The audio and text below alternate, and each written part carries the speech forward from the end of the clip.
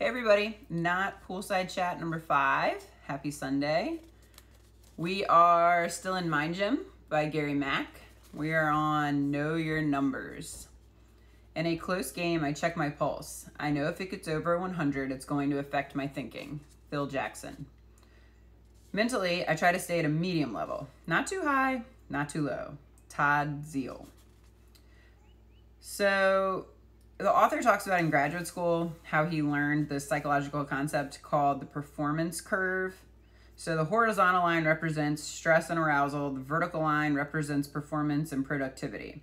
As athletes become stimulated, their numbers on both lines increase. When they achieve peak efficiency, when they're performing at their best, physically and mentally, they're at the top of the function curve. So, I drew this for you guys. You're gonna be so impressed by my drawing skills. Okay, so here, oh wait, let me back up. Here's the performance curve.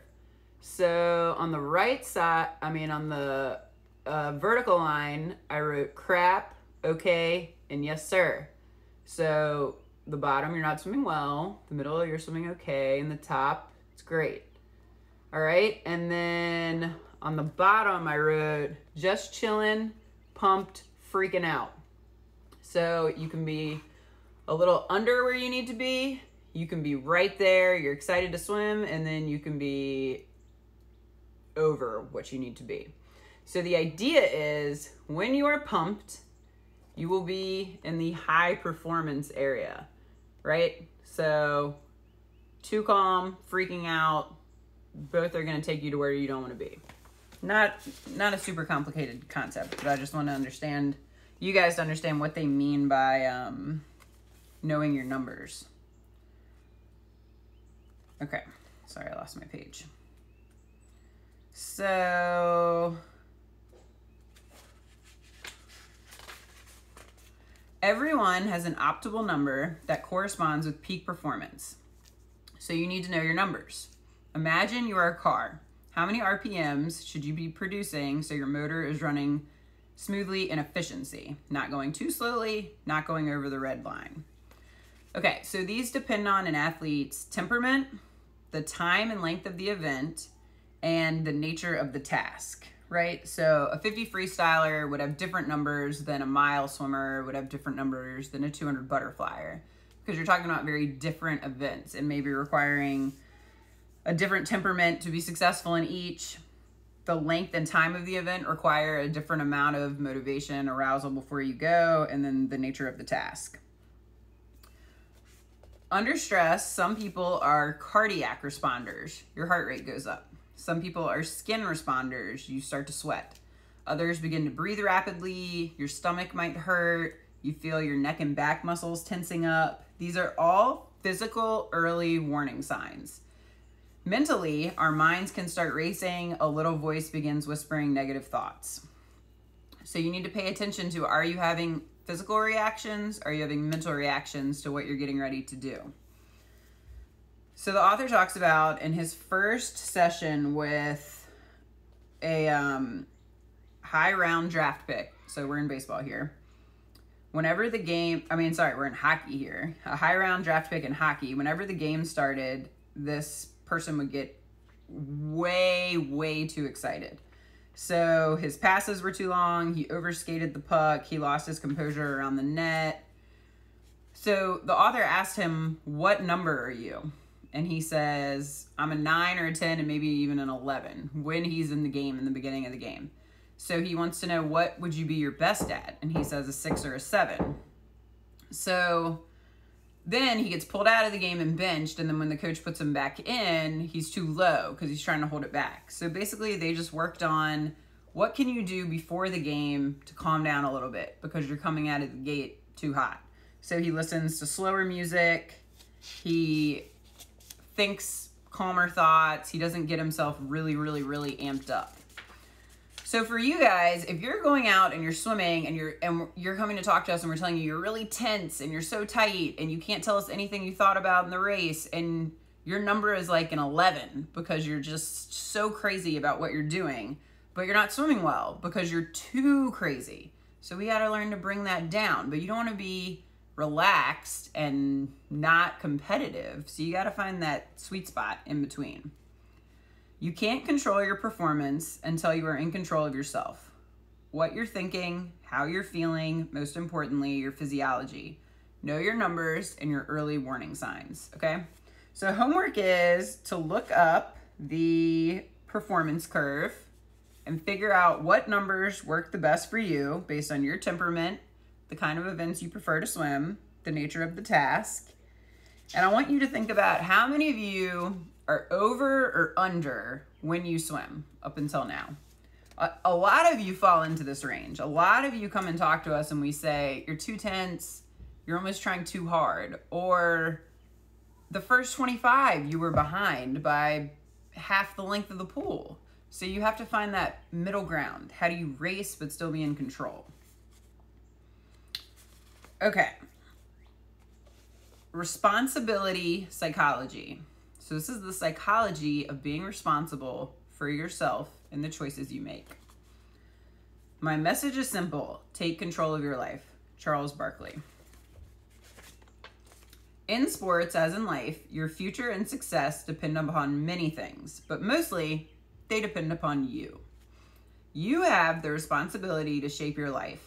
You are the person who pushes yourself forward or holds yourself back. The power to succeed or fail is yours alone.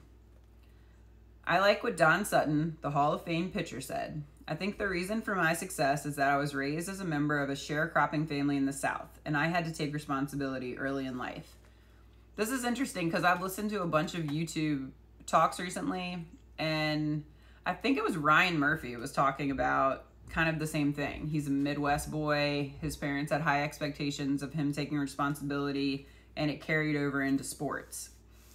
One of the great powers we have is the power to choose. How you choose to look at an event is going to affect how you feel and how you perform. You always get to choose, right? No one can make you feel an emotion. You choose your emotion based on what's happening to you. Too often, people play the blame game. Successful people take responsibilities for themselves and their game. They understand that it's not the event, but how they respond to it. That's the most important. You have the choice how you will respond to any situation. People with inner excellence focus on what they can control.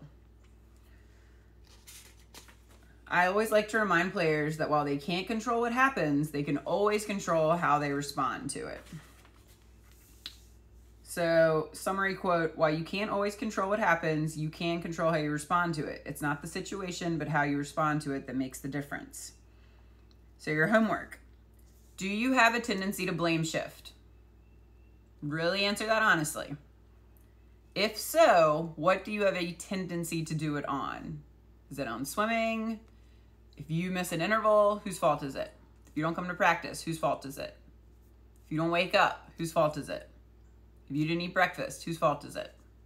If you don't do your homework, whose fault is it? If you don't do dry land every day, whose fault is it? If you don't do your schoolwork at home every day, whose fault is it? What do you do a good job with taking responsibility for? Are you doing anything really well every day? Because you should have ownership of that if you're doing that well. What have you done to set yourself up to be successful in doing that? Okay, so homework is, do you have a tendency to blame shift? If so, on what? What do you do a good job on taking responsibility with? Getting over yourself. To achieve anything you want in life, you must first start by getting out of your own way. Working in the field of sports psychology, I'm fascinated by how many people defeat themselves and sabotage success. Athletes at every level often interfere with their own performance. They get in their own way with their fears, their doubts, and their self-condemning nature. Arthur Ashe said, "You are really never playing an opponent. You are playing yourself." This is so true. We go to meets all the time, even in practice.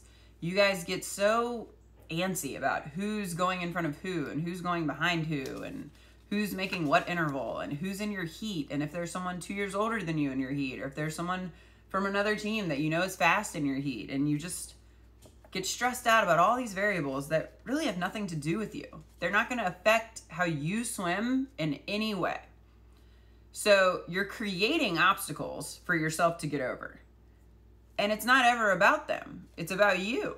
It's about if you can make the interval. It's about if you can be in that lane. It's about if you can do what you want to do in that heat of that event. It's never about the other person. That other person might be helping you accomplish what you want to accomplish, but it's about you. And you're making yourself lose or not accomplish it by focusing on all those other variables that really have nothing to do with you. If you don't feel good about yourself, you tend not to perform well. Those who have a negative self-image find ways to self-destruct. Believe in yourself. I know you guys have heard that your whole life, but believe in yourself. Don't make yourself do all of this hard work and then it falls apart because of your negative self-image. Believe that you can achieve whatever it is you want to achieve. In psychology, there is something we call the self-consistency theory. It means that we act consistent to our self-image. Throughout this book, we will talk about the importance of seeing yourself as being successful. If you don't see yourself as successful, then your chances of succeeding are diminished. When good things happen, you tend to discount them. We all have self-defeating thoughts and behaviors that undermine performance. I call them gremlins, the little invisible creatures that prevent athletes from performing at their best. Here's my gremlin checklist. If any of these sound familiar, we'll talk later with how to deal with them. Okay, so gremlin number 1, fear. And your homework is going to be what gremlins you have, so you can start thinking about that now. Fear. We all have a primitive fight or flight mechanism built into us to survive. It's a neurochemical response. We are ready to fight or flee whatever is threatening us. As we learned earlier, the body treats all vivid images as if they were real and happening now. So number 1 gremlin, fear. Are you physically afraid sometimes before you race? Anger. We have to learn to control our emotions or they will control us. Anger is born out of frustration and expectations. Our mind and bodies don't always work together. I think this would probably happen more after a race or in practice, but same thing.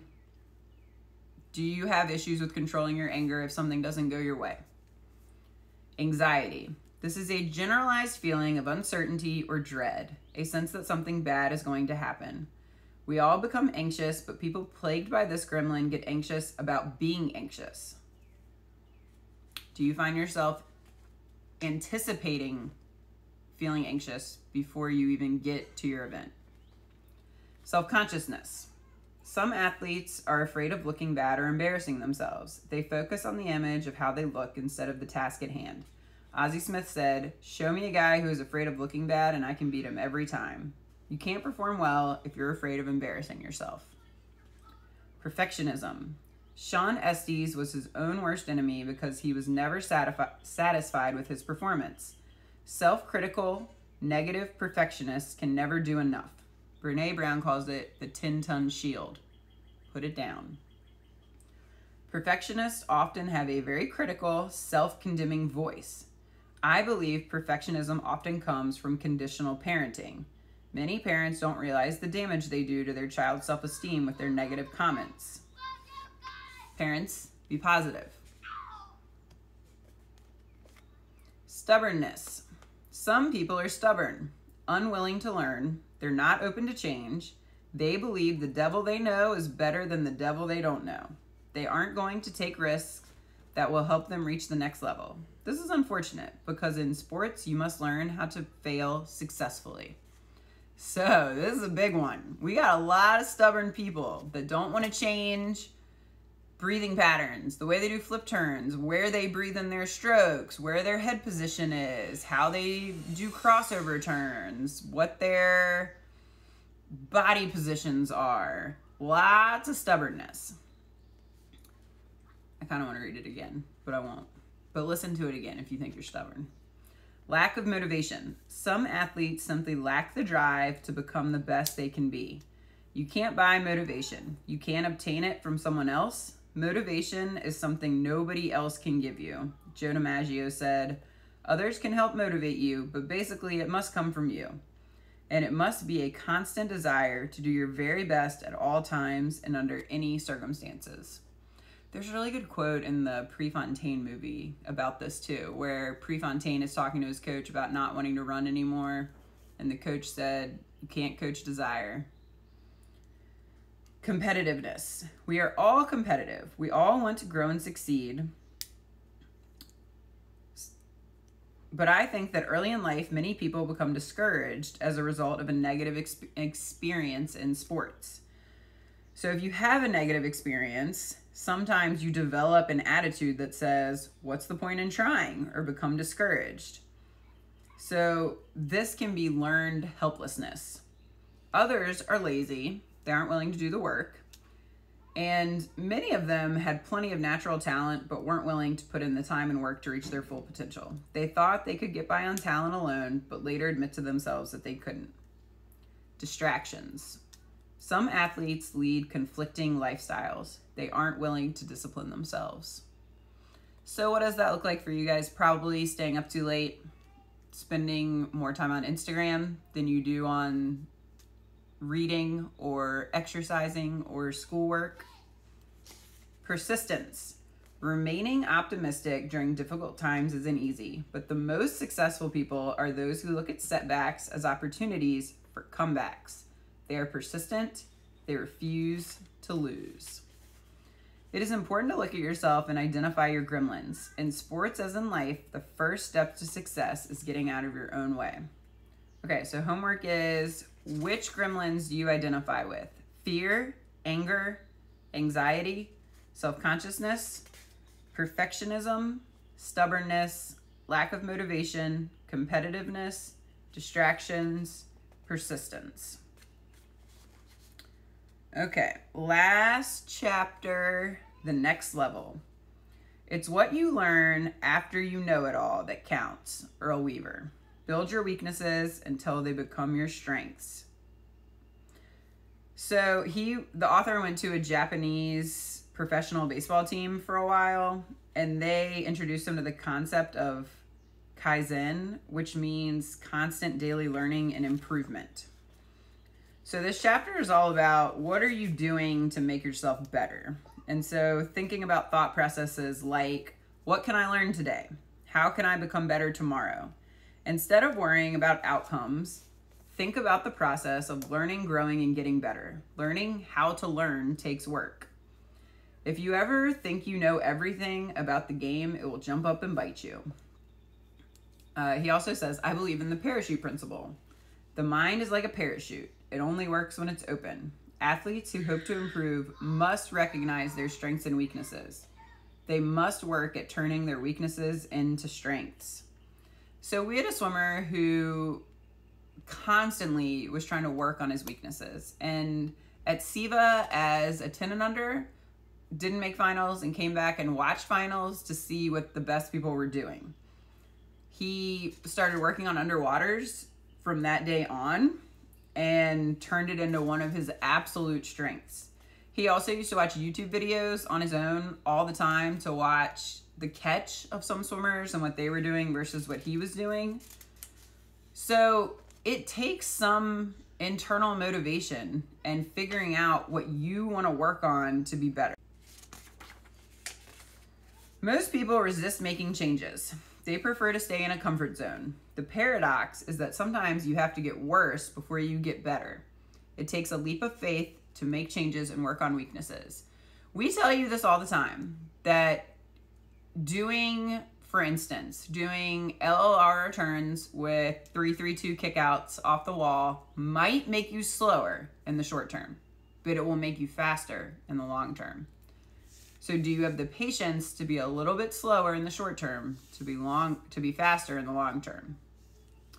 Okay, homework from this chapter. What do you do well? What don't you do so well? What are the holes in your game? Be honest with yourself and open to learning. Be accepting of your weaknesses rather than resisting. Develop your own action plan to turn your shortcomings into strengths. Summary.